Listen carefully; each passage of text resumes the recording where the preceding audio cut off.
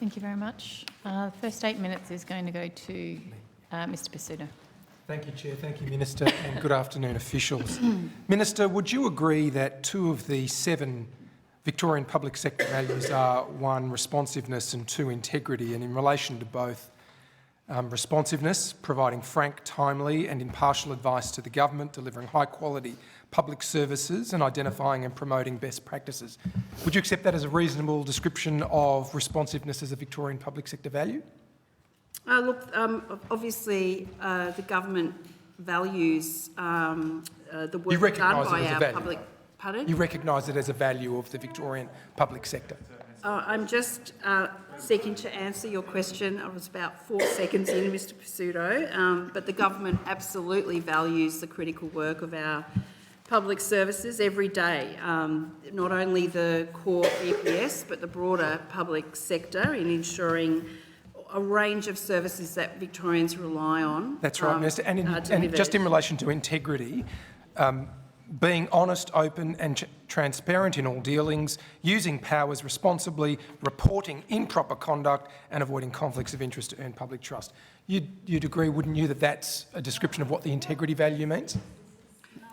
Well, they're important integrity matters, and I know that the public service, the VPS, take those obligations incredibly seriously, as does the government. Okay, so Minister, you may have heard an exchange earlier this morning with Minister Williams and her senior staff in relation to the scandal surrounding Schindler and the alleged defrauding of $6 million of taxpayers' money, which occurred, according to media reports in the Age masthead, in October or from October 2024 and weren't brought to the attention of the government until around November, depending on who received that information, but about a year later.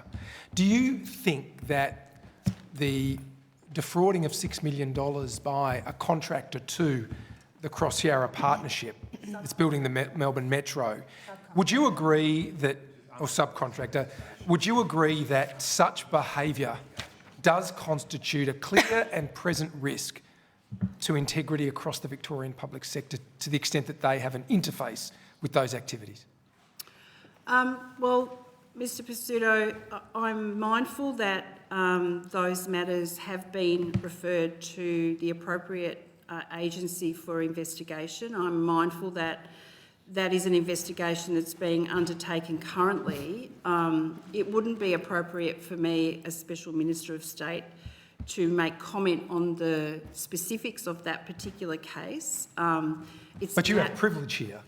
Sorry? You can express your concerns with the benefit of privilege. Stop the legal processes, you've got privilege.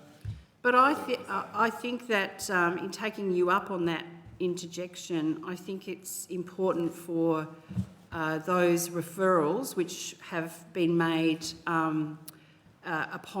by other divisions and agencies across government.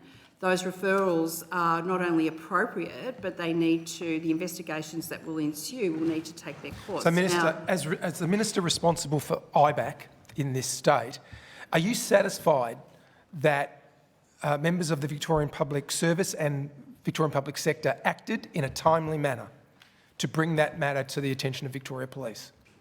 Well, as I understand the facts and the evidence that's been put before PAEC, the evidence that I understand other ministers have given indicates that as soon as they became aware, those referrals were made to the appropriate agency, and that is the right course of action. Would your opinion change if I put it to you that the evidence this morning was that the matter was brought to the attention of the Minister, but it was referred to police by VIDA a month later?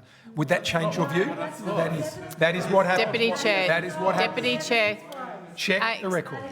Members that have come to order. Deputy Chair, be very careful about your representation in what you heard this morning, because it may differ from what's on record and what others heard. Perhaps you want to rephrase your question. I asked the Minister, would it change her view if that happened? If it doesn't, the Minister can say so. Well, can I just remind you I've asked you to change your question. You are delving into hypotheticals and I am. opinions. Perhaps you wish to rephrase your question. Minister, as the minister responsible for integrity, the public sector's values in this state, and the state's anti-corruption body, are you seeking advice in light of today's revelations that would extend IBAC's powers to follow the money? Well, I'm aware, since coming into the portfolio, I've obviously been briefed by my department officials about the matters that have been the subject of both private members' bills, but also, of course, importantly, a report of the IOC committee, and the government is giving careful consideration to the IOC's report and the recommendations contained within it, which go to the adequacy of IBAC's powers. So we will take careful consideration of those recommendations. You expect a bill this term? What I can say is that the government will respond in due course in accordance with the normal processes when a parliamentary inquiry is tabled and the government is required to give a response. Obviously, I'm also in a position to be able to let you know and let the committee know that since coming into the portfolio about 4 weeks ago, I have had the opportunity to sit down with the heads of a number of our integrity agencies, because I think it's important that as Minister responsible for those integrity agencies, I hear directly from them about their work and what their priorities are.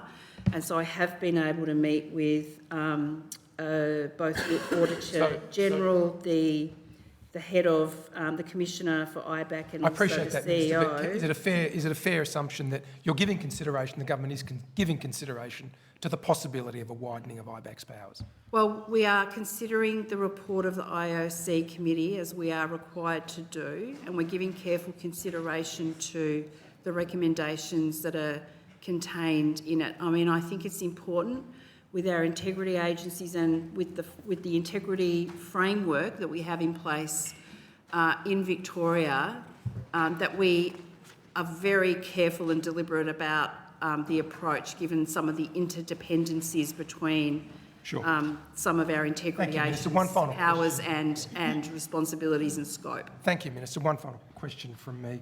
Would you be able to provide, and I don't expect you to have this information here, but would you be prepared to provide to the committee an up-to-date list of the following: Cabinet Ministers, Parliamentary Secretaries and Assistant Ministers, and Parliamentary Committee Chairs, and seats on all parliamentary committees by government members? If you could provide that to the committee, I'd be grateful.